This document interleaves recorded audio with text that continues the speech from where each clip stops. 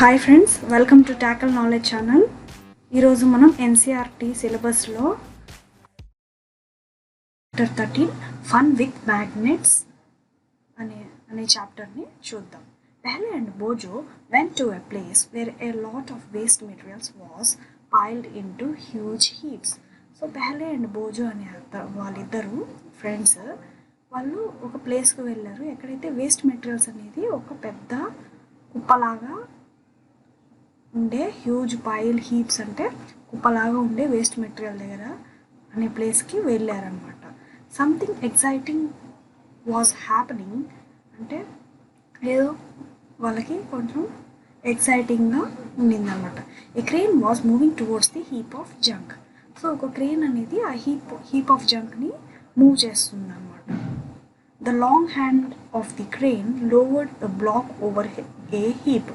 So అది long hand of the crane ఉంది కదా, lowered block of over a heap. So ఈ long hand అనేది క్రేన్ది, ఇది ఒక పెద్ద బ్లాక్ని ఆ హీప్ని బ్లాక్ చేస్తూ క్రేన్తో ఎత్తుతున్నారనమాట. దీంతో హోల్డ్ చేస్తూ తీసేసి వాళ్ళు ఎత్తి పక్కకి తీస్తున్నారు. It then began to move. So అది మూవ్ అవుతూ ఉండిందనమాట. Guess what. సో వాళ్ళు గెస్ చేయమంటున్నారు, అది ఏంటి అని అడుగుతున్నారు. Many pieces of iron junk were sticking to the block. So ఈ బ్లాక్కి స్టిక్కీ ఐరన్స్ అనేటివి అతుక్కుంటున్నాయి అనమాట. As it moved away. So అది మూవ్ చేస్తున్న కొద్దీ అక్కడున్న హీప్లో ఆ జంక్ వేస్ట్ మెటీరియల్స్లో ఉన్న ఐరన్ ముక్కలన్నీ ఈ బ్లాక్కి అతుక్కున్నాయి అనమాట. ఫిగర్ 13.1. సో ఇక్కడ చూపించినట్టుగా ఇది బ్లాక్. ఈ క్రేన్తో ఇతను ఆపరేట్ చేస్తున్నాడు అనమాట. ఎప్పుడైతే ఈ వేస్ట్ మెటీరియల్ మీద ఈ ఐరన్ బ్లాక్ అనేది ఇలా మూవ్ చేస్తుంటారో అక్కడున్న ఐరన్ పార్టికల్స్ అన్నీ ఆ బ్లాక్కి అతుక్కుంటున్నాయి అనమాట. They had just read a very interesting book on magnets and knew immediately that there must be a magnet attached to the end of the crane that was picking up iron from the junkyard. So ఈ junkyard నుంచి ఈ iron దాంట్లో magnet attach అయ్యి ఉంది కాబట్టి ఈ black లోపల. So అతను మూవ్ చేస్తున్న కొద్దీ ఆ జంక్యార్డ్లో ఉన్న ఐరన్ పార్టికల్స్ అన్నీ వాటికి అతుక్కొని వచ్చేసాయి అనమాట. You might have seen magnets and have been enjoyed playing with them. So మనము మ్యాగ్నెట్స్తో ఆడుకున్నాము చిన్నప్పుడు ఆడుకునే ఉంటాం. సో మ్యాగ్నెట్స్ని మూవ్ చేస్తూ వాటిని అంటిస్తే అవి రెండు అతుక్కునేటివి అనమాట.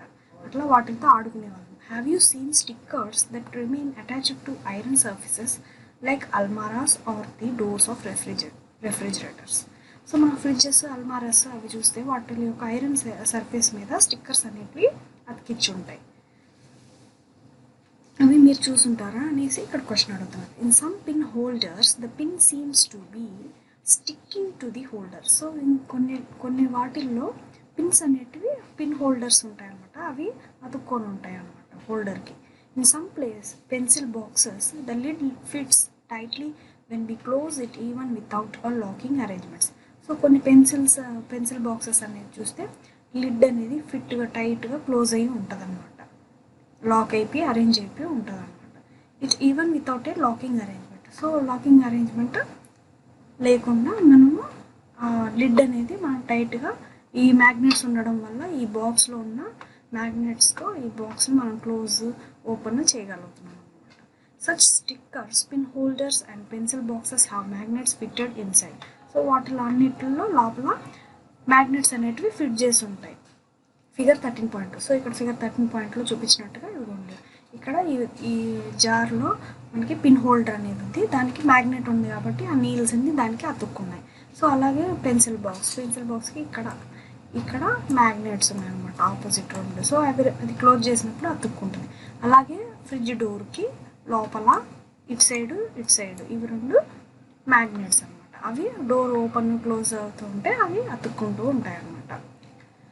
How magnets were discovered. It is said that there was a shipyard named Magnes who lived in ancient Greece. So shipyard అనే అతని పేరు మ్యాగ్నీస్ అనమాట. ఏన్షియంట్ గ్రీస్లో ఉండేవాడు. He used to take his herd of sheep and goats to the nearby mountains for grazing. So అతను మ్యాగ్నీస్ అనే అతను దగ్గర ఉన్న షీప్స్ గోడ్స్ని రోజు మేతకి తీసుకుని వెళ్ళేవాడు అనమాట మౌంటైన్స్ దగ్గర. He would take a stick with him to control his herds. So వాటిని షీప్స్ గోడ్స్ని కంట్రోల్ చేయడానికి ఒక స్టిక్ అనేది తీసుకుని క్యారీ చేసేవాడు అనమాట. The stick had a small piece of iron attached at one end.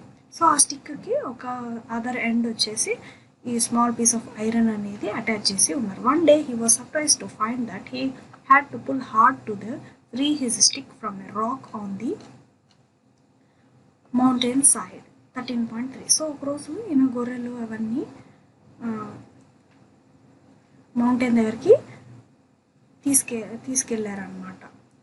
Feed అనే షీప్స్ గోడ్స్ని అతను కాపరికి తీసుకుని వెళ్ళాడు. సో ఆ స్టిక్ కూడా తీసుకుని వెళ్తే అది సడన్గా ఒక రాకుకి అంటుకోబోయిందనమాట. అతను ఎంత లాగినా కూడా అది రాలేదన్నమాట. అతను ఎంత లాగినా కూడా రాలేదు. It seemed as if the stick was being attached by the rock. So అతను ఏం చేశాడంటే స్టిక్ అనేది దానికి రాక్కి అటాచ్ అయిపోయింది అనమాట. The rock was a natural magnet and it attracted the iron tip of the shepherd stick. So ఇతను స్టిక్కి iron ఉంది కదా, సో ఆ రాయి లోపల మ్యాగ్నెట్ ఉంది కాబట్టి అది గట్టిగా అతుక్కోబోయింది అనమాట. The rock was a natural magnet and it is attracted the iron tip of the shepherd stick. So rock అనేది న్యాచురల్ మ్యాగ్నెట్, అందుకని ఐరన్ టిప్ అనేది గట్టిగా అతుక్కుపోయింది. It is said that this is how natural magnets were discovered. So ఇలాగా natural magnets అనేది discover అయింది. Such rocks were given the name magnetite, perhaps after the name of that shepherd. So ఆ racks name magnetite అనే పేరు పెట్టారు రాక్కి. So దాని తర్వాత shepherd అని పెట్టారనమాట. Magnetite contains iron. So magnetite రాక్కి మ్యాగ్నెటైట్ అని పేరు పెట్టారు కదా, సో అది మొత్తం ఐరన్ అనేది ఉందన్నమాట దాని లోపల. Some people believe that magnetite was first discovered at a place called Magnesia. So, కొంతమంది పీపుల్ ఏం చెప్పారంటే మ్యాగ్నెటైట్ అనేది ఫస్ట్ డిస్కవర్ చేసింది మెగ్నీషియా అనే పేరుని ఫస్ట్ దాన్ని డిస్కవర్ చేశారు అనమాట. మ్యాగ్నెటైట్ని మ్యాగ్నీషియాగా ఫస్ట్ డిస్కవర్ చేశారనమాట. The substance having the property of attracting iron are now known as magnet. So ఏదైతే సబ్స్టెన్స్ ఉందో దాని ప్రాపర్టీస్ ఏంది, ఐరన్ని అట్రాక్ట్ చేయడం అనమాట. సో అది మ్యాగ్నెట్కి ఉన్న ప్రాపర్టీ అనమాట. This is how the story goes. So అలాగా స్టోరీ అనేది ప్రొసీడ్ అవ్వింది అనమాట. In any case people now have discovered that certain rocks have the property of attracting pieces of iron. So కొన్ని కేసెస్లో పీపుల్ వాళ్ళు discover చేసింది ఏంటంటే కొన్ని రాక్స్ అనేటివి అట్రాక్టివ్ ప్రాపర్టీస్ ఉంటాయి, అలాగే పీస్ ఆఫ్ ఐరన్ అనేది అట్రాక్ట్ అయింది అనమాట. They also found that small pieces of these rocks have some special properties. So ఆ రాక్కి కొన్ని స్పెషల్ ప్రాపర్టీస్ అనేవి ఉన్నాయని వాళ్ళు డిస్కవర్ చేశారు. They named these naturally occurring material magnets. So వాటిని naturally occurring material magnets అని నేమ్ చేశారు. Later on the process of making magnets from pieces of iron was discovered. So దాని తర్వాత ఆ ప్రాసెస్ మ్యాగ్నెట్ని తయారు చేయడానికి పీసెస్ ఆఫ్ ఐరన్ని డిస్కవర్ చేశారనమాట. These are known as artificial magnets. వాటిని ఆర్టిఫిషియల్ మ్యాగ్నెట్స్ అని అంటున్నాం. Nowadays artificial magnets are prepared in different shapes.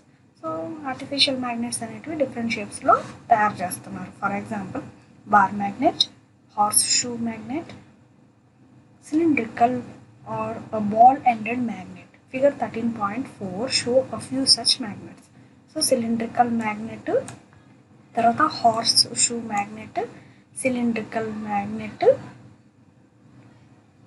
Bar magnet, తర్వాత బాల్ ఎండెడ్ మ్యాగ్నెట్. ఇవి తర్వాత ఆర్టిఫిషియల్ మ్యాగ్నెట్స్ని డిస్కవర్ చేశారు.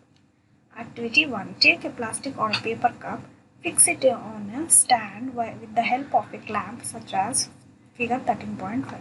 సో ఫిగర్ 13.5 ఎక్స్పెరిమెంట్ యాక్టివిటీ ద్వారా మనం ఒక ప్లాస్టిక్ కప్పు కానీ లేదంటే పేపర్ కప్పు కానీ తీసుకొని దానికి స్టాండ్ అనేది ఫిక్స్ చేయాలన్నమాట. ఇట్లాగా ఇక్కడ చూపించినట్టుగా 13.5లో చూపించినట్టుగా ఇట్లాగా స్టాండ్ ఫిక్స్ చేసేసి place a magnet inside the cup and cover it with the paper. So దీని లోపల మ్యాగ్నెట్ వేసేసి దానికి కవర్ చేయాలన్నమాట పేపర్తో. Magnet is not visible. So magnet అనేది మనకు కనపడదు, లోపల ఉంటుంది. Attach a thread to a clip made of iron. So మనం ఒక క్లిప్ అనేది తయారు చేయాలి అటాచ్ చేసి, అది కూడా ఐరన్తో తయారు చేసి. Fix the other end of the thread at the base of the stand. So base of the stand దగ్గర ఈ థ్రెడ్ అనేది ఫిక్స్ చేయాలన్నమాట.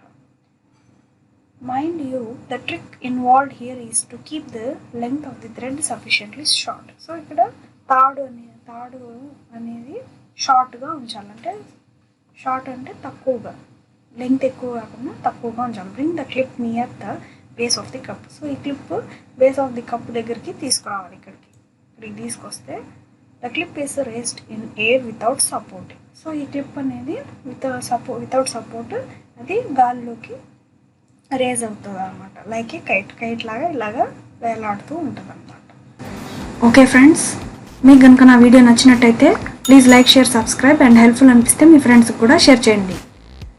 బాయ్.